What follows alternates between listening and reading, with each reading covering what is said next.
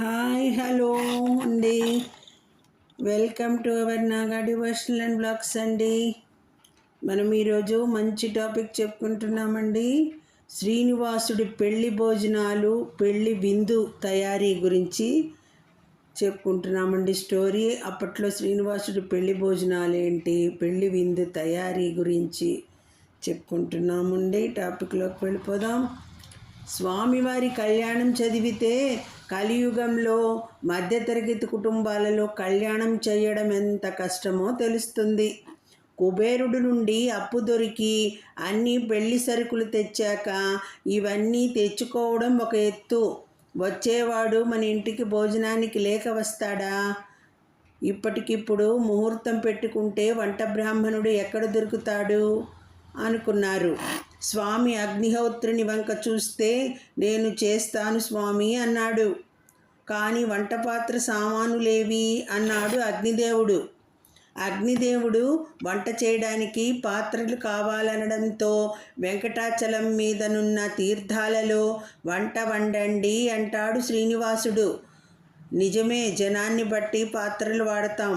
100లో వస్తే పెద్ద పెద్ద పాత్రలు వాడవలసి వస్తుంది. కానీ ఈయన పెళ్ళికి సమస్త బ్రహ్మాండమంతా దిగి వస్తుంది.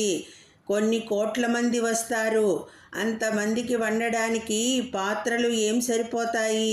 పైగా సృష్టిలో ఉన్న సమస్త పుణ్యతీర్థాలు తిరుమలలో కొలువై ఉన్నాయి. అగ్నిహోత్రుడు పాపనాశనంలో పైన చింతపండు పిసికి పోసేయండి, కింద నేను పులుసు చేస్తాను అన్నాడు. ఒక్కో తీర్థంలో, సరోవరంలో ఒక్కో వంటకం వండుతారు. స్వామి పుష్కరిణిలో అన్నం, పాపనాశనంలో పప్పు, ఆకాశగంగలో బెల్లం పరమాన్నం, దేవతీర్థంలో కూరలు, తుబురతీర్థంలో పులిహోర, కుమారతీర్థంలో భక్ష్యాలు, బూరెలు, పూర్ణాలు, బొబ్బట్లు వంటివి, పాండుతీర్థంలో పులుసు, ఇతర తీర్థాల్లో లేహ్యాలు మొదలైనవి తయారు చేయమని స్వయంగా శ్రీనివాసుడే అగ్నిదేవుడిని ఆజ్ఞాపిస్తాడు. అలాన్నిటిలోనూ పప్పులు, పులుసులు, చక్కెర పొంగళ్ళు, కట్టు పొంగళ్ళు, జీలకర్ర పొంగళ్ళు, ఎన్నో రకాల పొంగళ్ళు, పులిహోర పొంగళ్ళు చేశారు. పొంగళ్ళు చేశారు. వడ్డన చేయాలి, కూర్చోమని అన్నారు. భోజనాలు బంతులు వెంకటాచలం నుండి శ్రీశైలం వరకు వేశారు. భోజనాలు సిద్ధం అయిన తరువాత నివేదనకు ఏర్పాట్లు చేస్తాడు బ్రహ్మదేవుడు. నైవేద్యం పెట్టిన తర్వాతే అతిథులందరికీ వడ్డన. నా ఇంట్లో శుభకార్యానికి వచ్చిన అతిథులకు భోజనం పెట్టకుండా నేను భోజనం చేయడం తగదు, అది సాంప్రదాయం కాదు అంటాడు స్వామి. మన ఇంట్లో శుభకార్యం జరిగినప్పుడు అందరూ భోజనం చేశాక మనం భోజనం చేయడం విధి. మనకు అది ఎప్పుడు గుర్తుండడం కోసం స్వామి పలికిన మాటలవి. మరి నివేదన చేయని పదార్థాలను అతిథులెవ్వరూ ముట్టుకోరు. మరి నివేదన ఎవరికి చేయాలి అంటాడు బ్రహ్మ. ఇదే కొండ శేషాచలం మీద, ఇదే కొండ అంటే శేషాచలం మీద అహోబలంలో, ఈనాడు అహోబలం నరసింహస్వామికి నివేదన చేసి అందరికీ నైవేద్యం వడ్డించండి అంటాడు శ్రీనివాసుడు. సాక్షాత్తు బ్రహ్మ అహోబల నరసింహస్వామికి నివేదన చేస్తారు. తిరుమల కొండ శేషాచలం పర్వతం మీద ఉంది. శేషాచలం అంటే సాక్షాత్తు ఆదిశేషుడు. వీటిని ఆకాశం నుంచి చూసిన పాము, ఆకాశంలో ఈ కొండలు దట్టమైన అడవులతో కనిపిస్తాయి. శేషాచలం కొండలు చిత్తూరు జిల్లా నుంచి కర్నూలు జిల్లా వరకు వ్యాపించి ఉన్నాయి. ఆదిశేషుడి తలపై శ్రీనివాసుడి నడుమ భాగాన అహోబిల నరసింహుడు, తోక భాగాన శ్రీశైలంలో మల్లికార్జునుడు భ్రమరాంబ సమేతంగా వలసి ఉన్నారు. చక్కగా శివుడు అతిథులందరినీ కూర్చోబెట్టే బాధ్యత శివుడు తీసుకున్నాడు. పాండుతీర్థం అంటే గోగర్భం డ్యాము నుంచి దక్షిణంగా కొద్ది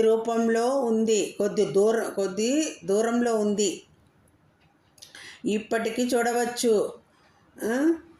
నుంచి శ్రీశైలం వరకు విస్తళ్లను ఆశీస్సులు చేశాక అందరికీ ఒకేసారి వడ్డించారు. ఆకులను వేసి ఆశీస్సులు చేశాక అందరికీ ఒకేసారి వడ్డించారు. కూర్చున్న తర్వాత భోజనాలు వడ్డన గురించి తెలుసుకుందాం. ముందు విస్తళ్లపై నీరు చల్లి తుడిచి పాత్ర శుద్ధికి కొంత నెయ్యి వడ్డించి సంస్కారపూర్వకంగా ఉప్పు, శాస్త్రం ప్రకారం ఇతర పదార్థాలు వడ్డించారు.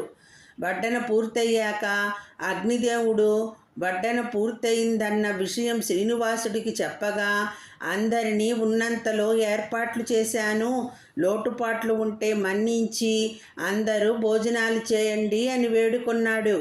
అందరి భోజనాలు ముగిశాక అందరి దక్షిణ తాంబూలాలు శ్రీనివాసుడు ఇచ్చాడని పురాణవచనం. అందరికీ దక్షిణ తాంబూలాలు శ్రీనివాసుడు ఇచ్చాడని పురాణవచనం. అందరూ భోజనాలు చేసి బ్రేవ్మని త్రేన్పి కూర్చున్నారు.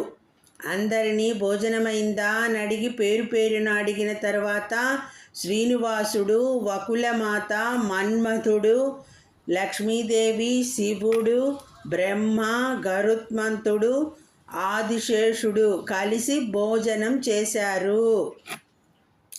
ఆ తర్వాత అందరు తిన్న తర్వాత ఈ దేవతలంతా కలిసి భోంచేశారట. వీరి భోజనాలు ముగిసేసరికి సూర్యాస్తమయం అయిందని పురాణంలో కనిపిస్తుంది. అందరి భోజనాలు పూర్తయ్యాక రాత్రికి అక్కడే గడిపేసి తెల్లవారుజామునే మంగళవాయిద్యాల నడుమ మగపెళ్లి వారి బృందం ఆకాశరాజు ఇంటికి నారాయణవనం బయలుదేరింది. గోవింద గోవింద, శ్రీనివాస గోవింద. ఇదండి శ్రీనివాసుని కళ్యాణ భోజనాల గురించి, విందు గురించి తెలుసుకున్నామండి. మనం శ్రీనివాసుడి పెళ్లి భోజనాలు, పెళ్లి విందు తయారీ గురించి ఈ వీడియోలో తెలుసుకున్నామండి. సర్వం శ్రీకృష్ణార్పణమస్తు. లోకా సమస్త సుఖినో భవంతు. వీడియో నచ్చినట్టయితే లైక్ చేయండి, షేర్ చేయండి, సబ్స్క్రైబ్ చేయండి. అందరికీ ధన్యవాదములు. గోవింద గోవింద.